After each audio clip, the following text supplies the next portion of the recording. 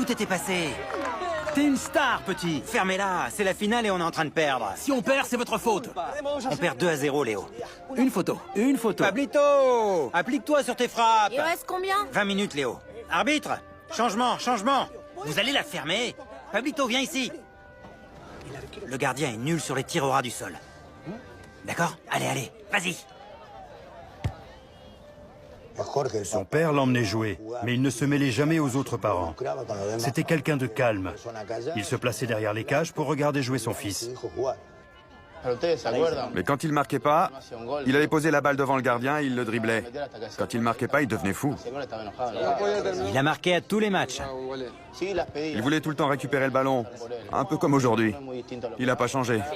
Ouais, sinon il s'ennuie. Comme si on lui enlevait son jouet. Petit, il était pareil. S'il n'était pas sur le terrain, il devenait fou.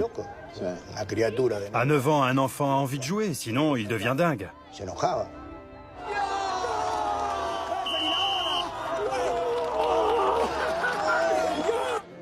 C'est un acteur d'une histoire qui est la nôtre.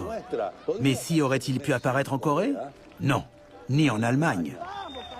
Il paraît qu'il arrivait souvent en retard et qu'il sauvait le match. Tu te souviens comme on était content? Léo était complètement différent sur le terrain et hors du terrain. J'en reviens pas du troisième but. Il est entré 20 minutes avant la fin et il a retourné le match.